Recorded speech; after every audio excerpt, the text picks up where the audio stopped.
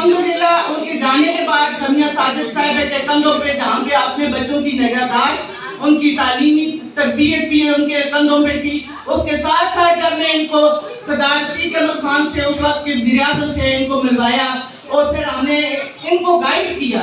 اور الحمدللہ آج آپ نے دیکھا کہ سمیہ ساجد صاحبہ نے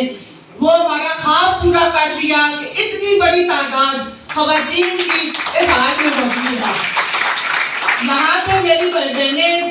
اجمن باجی بھی انجمن بھی بیٹھی ہوئی ہیں, چاند صاحبہ بھی بیٹھی ہوئی ہیں, باقی جتنی خواتین بیٹھی ہیں میں ان کو سلام عقیدت پیش کرتی ہوں. اور اللہ بنا آپ لوگوں کی محنت سے اور آپ کی اس حاضری سے یہ یہاں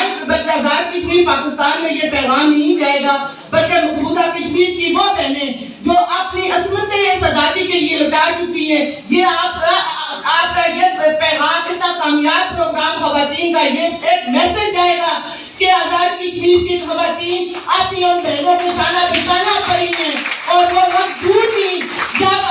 کشمیر آزاد ہو کر اس کا الحاق پاکستان سے ہوگا. یہاں پہ 19 جولائی کے حوالے سے اس قرارداد کے حوالے سے ثاقب مجید صاحب سے لے کے جتنے بھی پیش رو آئے انہوں نے تفصیلاً بات کی ہے اور میری بہن کوثر پروین صاحبہ نے یہ بھی بتایا ہے کہ 1:30 بجے تک ہم نے یہ پروگرام یہ حال ہم نے لیا ہوا ہے. تو مجھے ٹائم کی نزاکت کا بھی احساس ہے. یہ جو مسلم کانفرنس بنی ہے یہ پتھر مسجد میں بنی ہے اور جب مجھے لوگ یہ کہتے ہیں باجی آپ کیا کرتی ہیں, یہ مسلم کانفرنس ختم ہوگی ہے, میں نے کہا یہ ختم کدھر ہوگی, یہ باجی جو آپ کے سامنے کھڑی ہے اگر یہ باجی بھی ایک رہے گی تو مسلم کانفرنس زندہ نہیں ہوگی,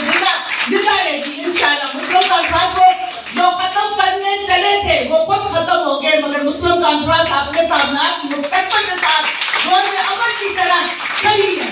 اور یہ اس زبان میں مجاہد احمد کی ریاضت شامل ہے, ان کی محنت شامل ہے, بشراغات کی محنت شامل ہے, ہمارے بزرگوں کی محنت شامل ہے. میں امیر حبیب صاحب کا نام نہ لوں زیادتی ہوگی, سردار عزیز صاحب کا نام